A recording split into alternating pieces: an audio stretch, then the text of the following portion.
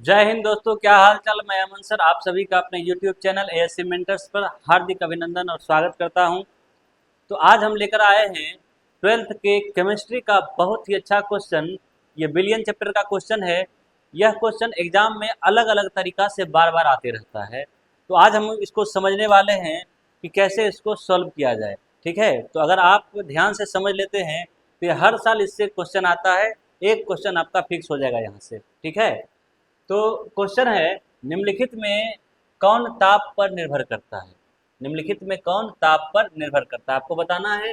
यहाँ पे जो दिया हुआ है इसमें से कौन ताप पर निर्भर करता है। अगर आप लोग क्वेश्चन बैंक देखे होंगे तो इस क्वेश्चन को कई बार देखे होंगे, अलग अलग तरीका से पूछा जाता है। ठीक, तो ऑप्शन में है मोललता है, मोल प्रभाज है, द्रव्यमान प्रतिशत है और मोलरता है। ये चार ऑप्शन आपके पास में है। इस चारों में से बताना है कि कौन सा आंसर होगा। सोचिए और बताइए। ठीक है, तो थोड़ा सा इसको सॉल्व करने से पहले हम लोग कुछ समझ लेते हैं कि कौन कौन ताप पर निर्भर करता है, कौन कौन ताप पर निर्भर नहीं करता है। तो आप लोग विलियन चैप्टर में पढ़े होंगे विलियन के सांद्रता को व्यक्त करने का विधि।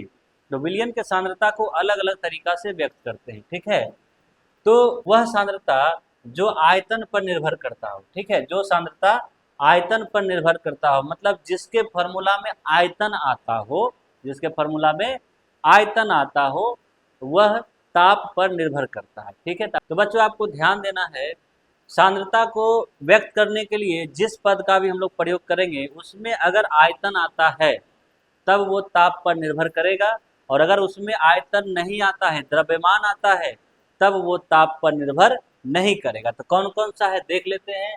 तो ये सभी पद ताप पर निर्भर करते हैं क्योंकि इसमें आयतन जुड़ा होता है। किसमें किसमें है, तो मोलरता है, नॉर्मलता है, नॉर्मलता को सामान्यता भी कहते हैं, इसको सामान्यता भी कहते हैं। ये सामान्यता है, आयतन प्रतिशत है और फॉर्मलता है। तो इतना जो है विलियन को व्यक्त करने के लिए जो प्रयोग करते हैं, इसके फार्मूला में आयतन आता है, मतलब ये आयतन पर निर्भर करता है। और जो भी आयतन पर निर्भर करेगा, जिसके फार्मूला में भी आयतन होगा, वो ताप पर निर्भर करेगा। तो मोलरता का आप लोग परिभाषा पढ़े होंगे, प्रति लीटर विलियन में उपस्थित विलय के मोल की संख्या। तो यहाँ देखिए विलियन लीटर में आ गया, मतलब ये आयतन हो गया, तो ये ताप पर निर्भर करेगा। नॉर्मलता, प्रति लीटर विलियन में उपस्थित विलय के ग्राम तुल्यांकी की संख्या, विलय के ग्राम तुल्यांकी की संख्या, यहाँ भी लीटर आ गया, मतलब यहाँ भी आयतन आ गया। आयतन प्रतिशत है, विलय का आयतन और विलियन का कुल आयतन, फिर से आयतन आ गया। और यहाँ पे फॉर्मलता है, तो प्रति लीटर विलियन, फिर से लीटर मतलब आयतन आ गया। इन सभी में आयतन आया है, मतलब ये ताप पर निर्भर करेगा। ठीक, अब हम लोग देखते हैं कि कौन ताप पर निर्भर नहीं करेगा। ठीक है बच्चों, तो ये सभी सांद्रता पद ताप पर निर्भर नहीं करते हैं। क्यों? क्योंकि इसमें द्रव्यमान या मोल पर आधारित होते हैं, इसमें द्रव्यमान होता है। जैसे में मोललता, बहुत इंपॉर्टेंट ये मोललता है, बार बार मोललता और मोलरता यही दो क्वेश्चन आते रहता है।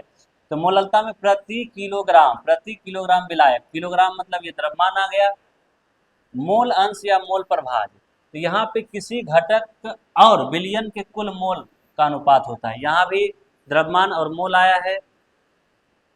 अगला है द्रव्यमान प्रतिशत, द्रव्यमान प्रतिशत में विलय और विलायक का द्रव्यमान, यहाँ भी द्रव्यमान आया है। अगला है पार्ट पर मिलियन, पार्ट पर मिलियन भी आप लोग पढ़े होंगे, द्रव्यमान पर आधारित होता है। और दूसरा होता है पार्ट पर मिलियन, पार्ट पर मिलियन भी द्रव्यमान पर आधारित होता है। तो यहाँ पे जो भी सांद्रता का पद है ये द्रव्यमान पर आधारित होता है, द्रव्यमान पर निर्भर करता है, इसलिए ये ताप पर निर्भर नहीं करता है। आशा है आप लोग को समझ में आ गया होगा कि कौन कौन ताप पर निर्भर करेगा और कौन कौन ताप पर निर्भर नहीं करेगा। तो बस आपको ध्यान देना है, जिसमें आयतन हो, जिसमें आयतन हो वो ताप पर निर्भर करेगा, और जिसमें आयतन नहीं हो वो ताप पर निर्भर नहीं करेगा। तो अब आप इस क्वेश्चन का हल कर सकते हैं। तो अब आप इस क्वेश्चन का हल कर सकते हैं। पहला ऑप्शन है मोललता, हम लोग मोललता देखे थे, इसमें आयतन नहीं था। मोल प्रभाज देखे थे, इसमें भी आयतन नहीं था। द्रव्यमान प्रतिशत देखे थे, इसमें भी आयतन नहीं था। मोलरता, मोलरता में आयतन था, तो आयतन मोलरता में है, मतलब ये ताप पर निर्भर करेगा। तो सही ऑप्शन हम लोग का हो जाएगा मोलरता। ठीक है बच्चों, तो इस तरह से आप लोग ध्यान रखिएगा ऐसा क्वेश्चन को कैसे किया जाता है। तो एक नंबर आप लोग से छूटना नहीं चाहिए, ये फिक्स हो गया। ठीक, ऐसा क्वेश्चन एग्जाम में आएगा ही, 100% है। ठीक है। अगर आप लोग का वीडियो अच्छा लग रहा हो तो लाइक और कमेंट करिएगा। Thank you. जय हिंद।